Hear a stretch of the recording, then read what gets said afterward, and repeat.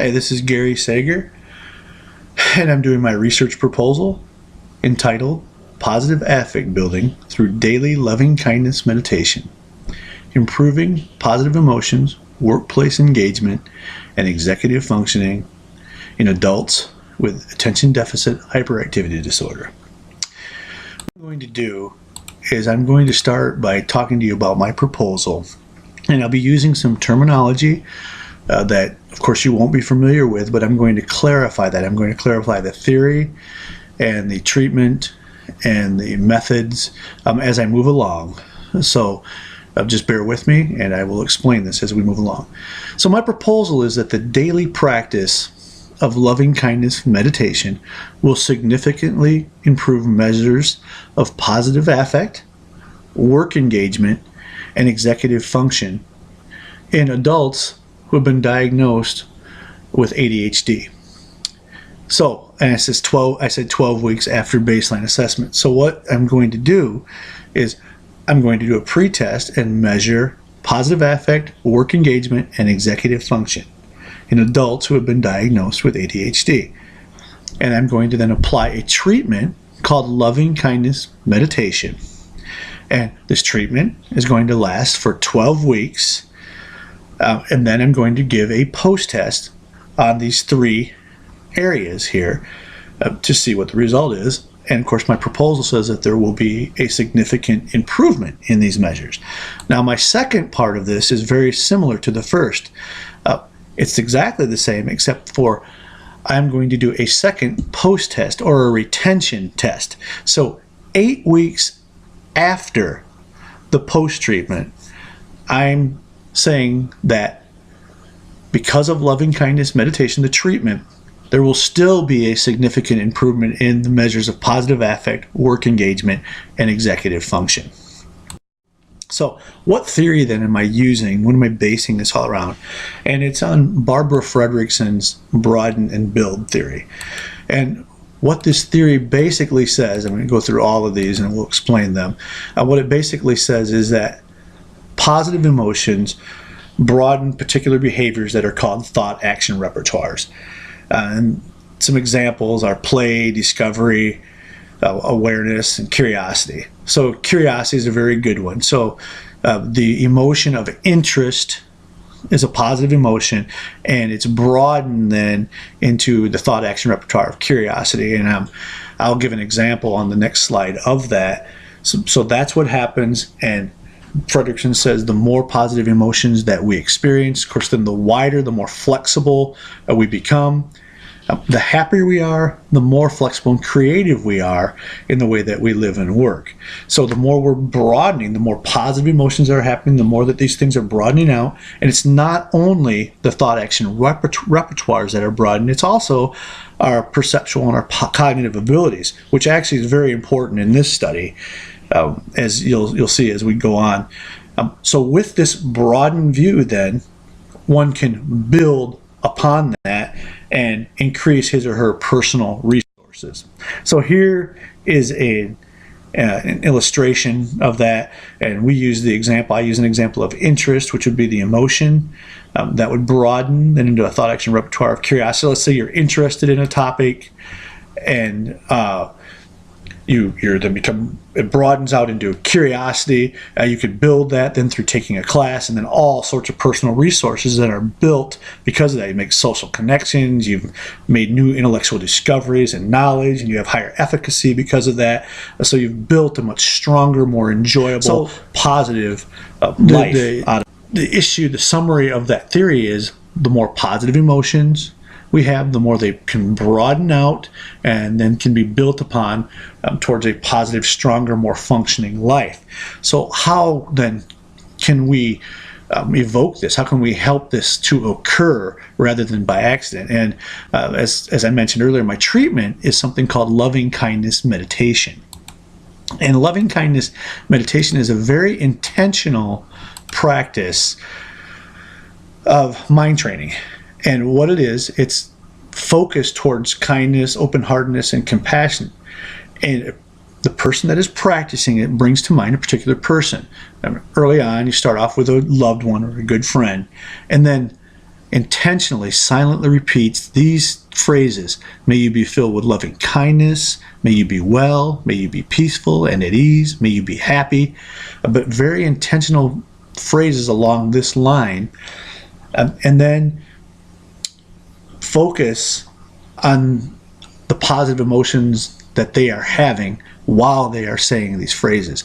And as one moves through and practices loving kindness meditation, the practitioner moves past just thinking about a friend or a loved one and thinks about themselves, thinks about people that they might not even know that well, and maybe even thinks about people that they maybe haven't got along with so well in the past.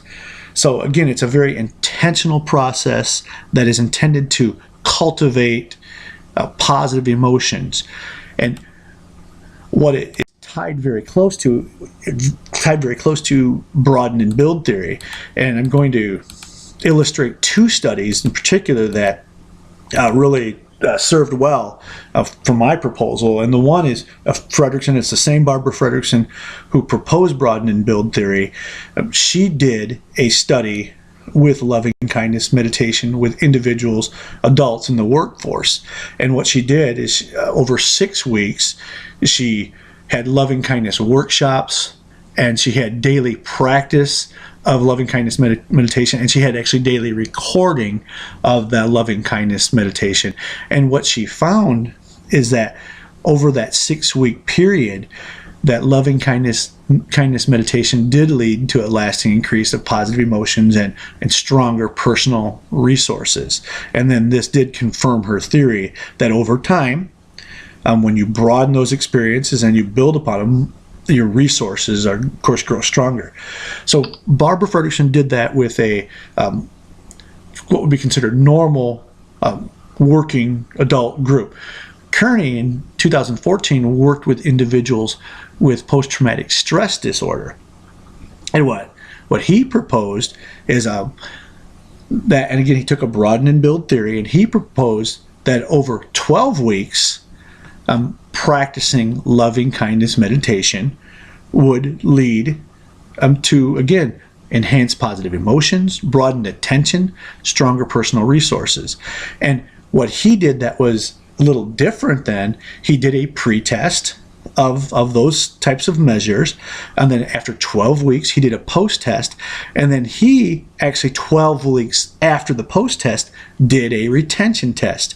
And his findings were that individuals, veterans who had PTSD, after 24 weeks showed positive results, showed higher levels of calmness, peace, and relaxed positive emotion.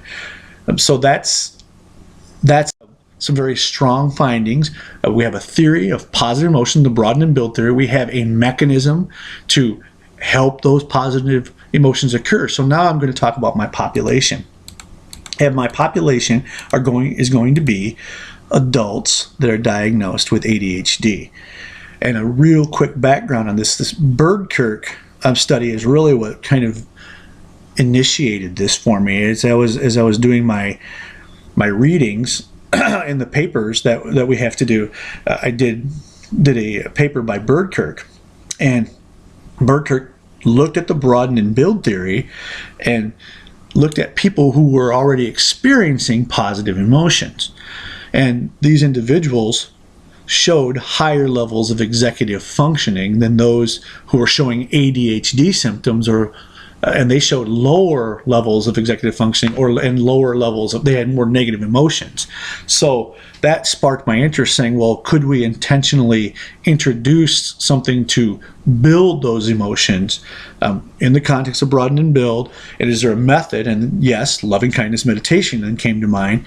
And so I had to do a little background on ADHD, and the short of it is that we have all over the place in our studies that we have executive function deficits in individuals with ADHD. ADHD carries over into adulthood, and adults with ADHD show higher level of unemployment, underemployment, underachievement, and it just strongly affects their life. But the key really here is the executive functioning. And I was interested in how can we intentionally can we intentionally increase positive emotions and hopefully increase executive functioning? So what I'm setting out then to do is to measure these three things, as I mentioned earlier. Positive affect, and we're going to look at the PANIS scale on that.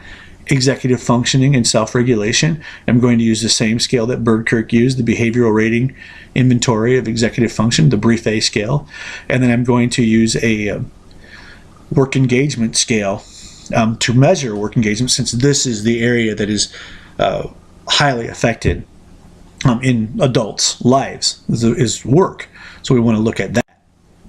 And how I'm going to do that is I'm going to contact a CHAD, the Children and Adults with Attention Deficit Hyperactivity Disorder. It's a resource organization, and I'm going to do a call for studies.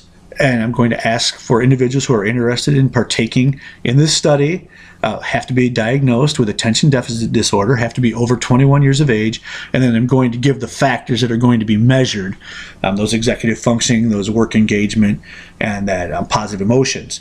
And I'm going to cap that at 60 participants then. And so then the treatment that I intend to use will be loving kindness meditation webinars.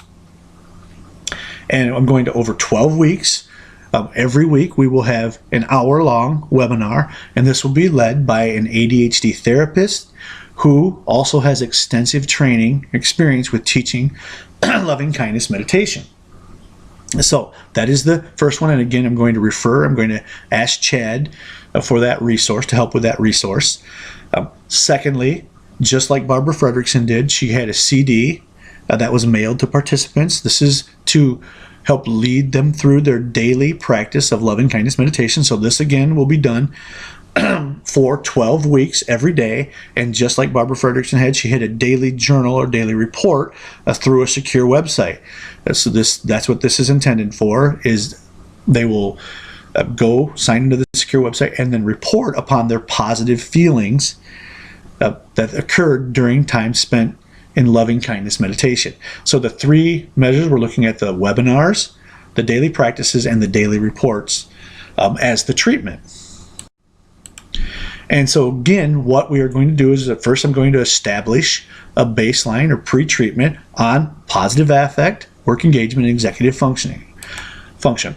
Then we'll implement the treatment on those three things, the weekly webinars, the daily practice of loving kindness meditation, and then the journaling or the reporting upon that practice. Then, after 12 weeks, we are going to do a post-treatment assessment.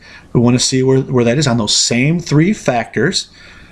Then, we will do, after another 8 weeks, we will do a retention assessment on those same three measures to see where they are. So thank you very much.